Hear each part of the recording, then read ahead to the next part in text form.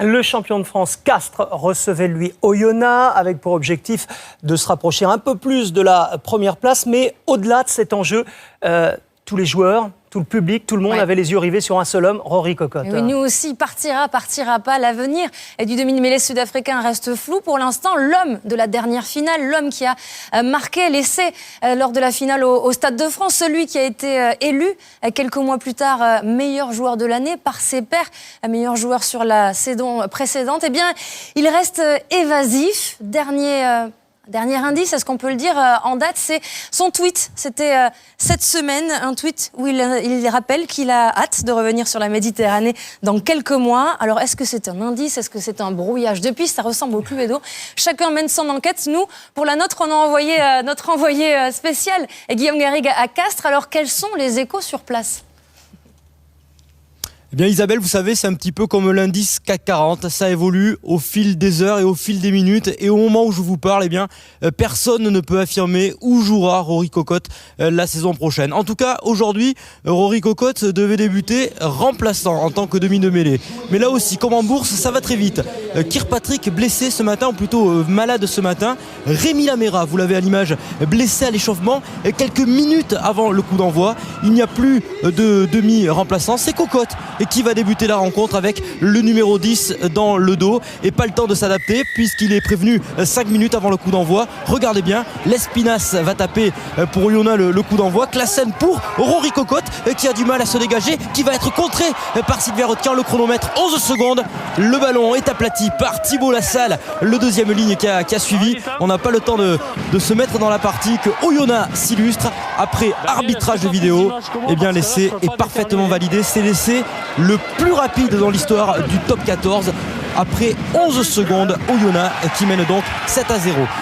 L'entente entre le 9 et le 10 est un petit peu perturbée. Il n'y a pas trop de repères entre Julien Thomas, le demi-mêlée, et Rory Kockott. Alors Castres va se contenter de multiplier le jeu à une passe avec les avants qui sont là tout proches de l'embut. Kockott en position de 9 qui va lever la tête, qui va avoir une solution sur l'extérieur.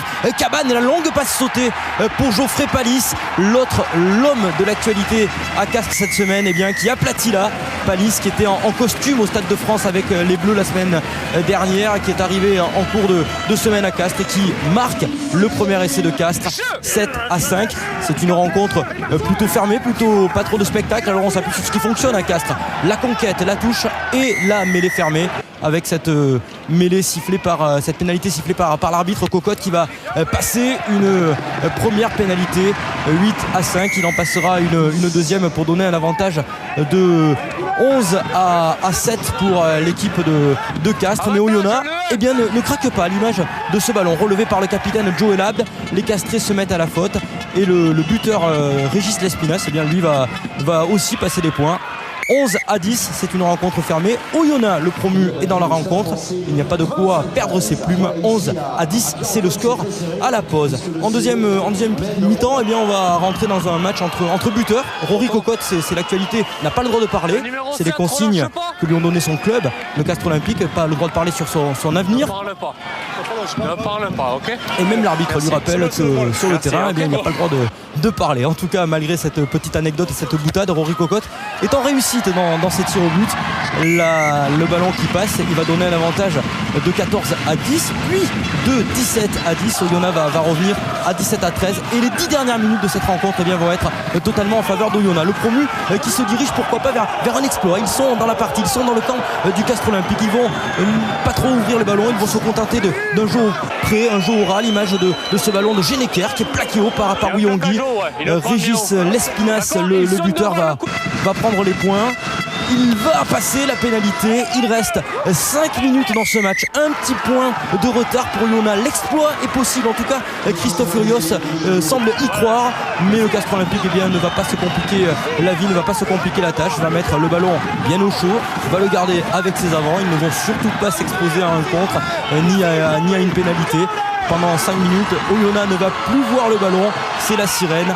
Rory Kockott n'a plus qu'à dégager pour offrir la victoire à ses coéquipiers. C'est ce qu'il va faire, une victoire 17-16 pour Castres dans la douleur. Premier point pris à l'extérieur pour Oyonnax cette saison.